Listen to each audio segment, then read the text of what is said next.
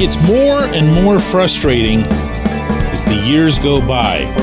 This isn't me. This was TJ Watt yesterday. Tough conversations need to be had. We can't keep doing the same thing and expect different results. That's starting with myself. Again, that's TJ. Good morning to you. Good Tuesday morning. I'm Dejan Kovacevic of DK Pittsburgh Sports. This is Daily Shot of Steelers. It comes your way bright and early every weekday. If you're into hockey and or baseball, I also offer daily shots, the other two teams in town that I cover. Yesterday was locker cleanout day for the players on the south side. Today at 12:30 p.m., we'll bring Mike Tomlins' annual season-ending press conference, which is always notable in that it's the only one all year in which he'll actually answer questions about issues that cover multiple years. In other words, if you ask him a question about playoff failures over the course of several seasons, and you ask that in December, he's going to say all I'm focused on are the Chiefs or the Browns or whatever. And if you ask it in 3 or 4 months, he's going to say all I'm focused on is the draft. So this is the one and only opportunity to ask such things and get real live answers. Also, and relevant to this, I don't care. Honestly, I don't care all that much what he's got to say. I don't mean that disrespectfully. I don't mean that in the context of calling for his firing. I mean that in that it's just words. And we've heard just words before. Not just from Tomlin, but all the way up to Art Rooney. We've heard just words. What happens is some time passes. There will be a draft that'll get everybody a little bit excited. There'll be free agency, which will get everybody really excited because those are players you can picture going out there and helping you right away. And everyone gets to enjoy their little Cleveland fan time. You know what I'm talking about. The Browns win the Super Bowl every spring, don't they? And then Latrobe is here, and it's just, here we go. That I don't care about. With equal respect, I don't care about what any of the players had to say yesterday related to how much they love Tomlin, how much they love playing for him, how much they want to be in Pittsburgh. This was TJ on the latter subject. I want to be in Pittsburgh so you guys know that. I don't want to leave this place, especially in this. I want to be part of the solution.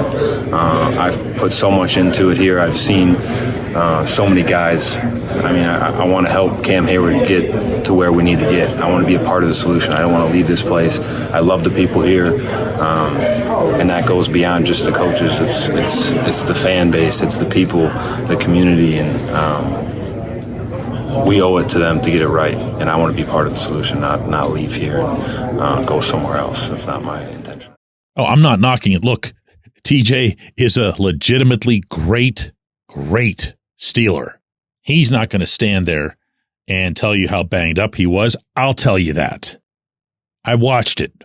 I saw how he was moving away from the field. He wasn't in condition to be pushing a grocery cart through the downtown Target, much less playing in a playoff game. So yeah, if TJ finishes out his career with the Steelers, and he's got 1 year left in his contract, but this is generally the offseason in which you would address such a thing, that's awesome. Wonderful. Separate that from the pile here. It's not change. All of the players who spoke yesterday referenced change or improvement, and they did so in the same impassioned tone that they went to bat for Tomlin. That's not a criticism. That's reality. I'm underscoring the reality here. This is all they know, most of these players. TJ and Pat Freiermuth and Cam Hayward. So to them, it's perfectly normal to assume the position that we've just got to try harder. And whatever change might represent in their minds, it's not going to be, and actually it can't be, the level of change that's needed. The pattern, my friends, is very much in place. It's been several years of this. And as I've put forth to you on many an occasion over these years, that's why Tomlin doesn't like talking about any trend that might have developed along the way, because he is the bag toter or whatever his new line is about that. He's the one great commonality in this. So what's going to change? What's it going to look like? Who's it going to affect? How many more coordinators and assistant coaches can they keep switching out every time they don't like their Scrabble tiles? The highest you can go in this food chain with Tomlin staying is to replace a coordinator or both coordinators. Arthur Smith's not getting fired after 1 year. Terrell Austin just might. What do you think's going to happen there? Who do you think's going to replace Austin? Somebody who's going to insist on being the actual coordinator and who brings, concepts from the 2000s to this defense? Somebody who's not going to get overruled at every turn by Tomlin? No. Is that what you think he might say today? Is that what you or anybody might think, that Tomlin's going to stand there? Well, it's sit there, actually. He sits at a table in our media room. Do you think he's going to sit there and say, I just need to take my hands off of the defense? No, none of this is coming. What you're going to hear is a whole lot of stuff that comes across like we'll turn over every stone. We own this. It's not time to be doing this or that. And it's going to be a bunch of generalities. Too soon after the season to talk about that is another one that's going to come up. I could actually come up with the entire list and publish half of the session right now. He'll be asked about specific job performances under him. And to these, he'll say, we've yet to have our meetings. And I'm not going to talk to you guys about that before I talk to them. When it comes to player evaluations, all the way up to the quarterbacks, what you're going to hear is they weren't good enough to win. None of us were good enough to win. What would he like to do between Russell Wilson and or Justin Fields? Same thing. All of this. You're running it all back. It's the same exact scene that somehow is supposed to result in something different. It won't. It can't. When we come back, J1Q. This segment of Daily Shot is brought to you by our good friends at Mike's Beer Bar. They're located on Federal Street, directly across from PNC Park. Mike has more than 500 beers on tap, including from more than 50 local breweries. Stop in and say hello. Tell Mike we sent you. Mike's Beer Bar.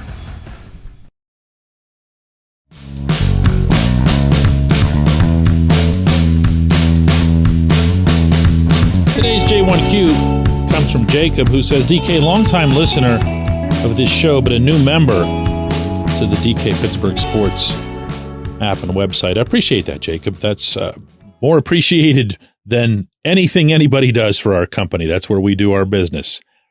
Jacob continues, why do the players sound like they've got Stockholm Syndrome? Do these players honestly believe that an offense with the sole philosophy of possess the ball, coupled with a feast or famine defense, represents some kind of tenable solution to the modern game of football? I love most of these players, but the throttling they just received must have stripped some of the gilding off Mike Tomlin's asinine philosophy. You're bringing up a lot there in a single question there, Jacob. I'm going to kind of cherry pick here and go back to your Stockholm Syndrome reference. For anybody who doesn't know what Stockholm Syndrome is, it's developing sympathy for the captor if you've been in a hostage type situation. Not really sure that one applies here, but I think I know what you were going for. The players, as I mentioned in the opening segment, I don't blame any of them for saying anything positive about the head coach. I don't blame any of them for feeling as they do about him. I understand it, actually.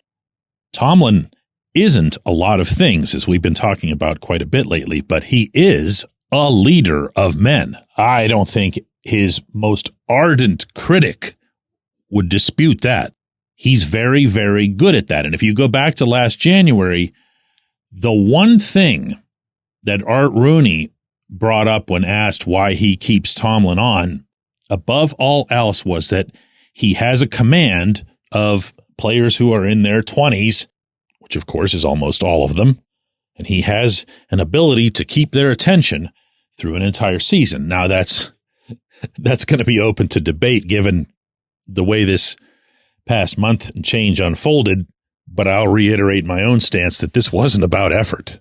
And in fact, you're letting the Steelers and Tomlin and the coaches and everybody else off the hook by suggesting that it might have been about effort. It wasn't. If they had just, for whatever reason, not given a crap about a playoff game in Baltimore, that's a whole lot easier to explain than running the same failed defensive concept until deep into the third quarter, because that's squarely on the coaches and specifically on Tomlin. But go ahead and discuss and debate whether or not they were trying hard. They were trying hard. They were just sent in all the wrong directions. And still, in week 19, we're having communications issues. That's on the coaches. That's 1,000% on the coaches. And it's got zippo to do with effort. The players are going to do and say what they feel is the right thing to either do or say in these settings.